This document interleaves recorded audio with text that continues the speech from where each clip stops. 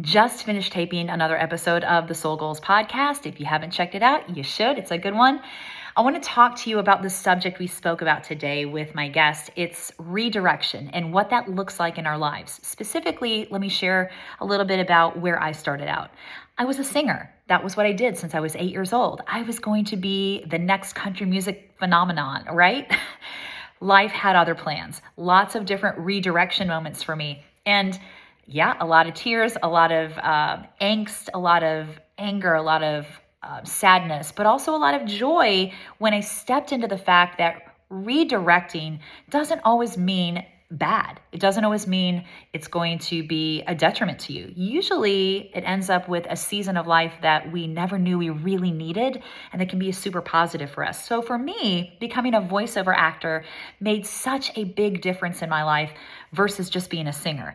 It has created opportunities for me that I would have never looked at, different situations that when thinking outside of the box and stepping away from this predisposed idea that I have to follow this path and this path alone, right? If I wouldn't have opened my box up basically and kind of looked outside of it, I would have never known about the different narration opportunities, the different animation opportunities, the different commercial for radio and TV opportunities. How can you use your voice in other ways than just singing? And what can you do to contribute to the world in a way that may not look like the path that you have anticipated? My oldest daughter always laughs, and it's so true. We make our plans, and God usually laughs over them, right?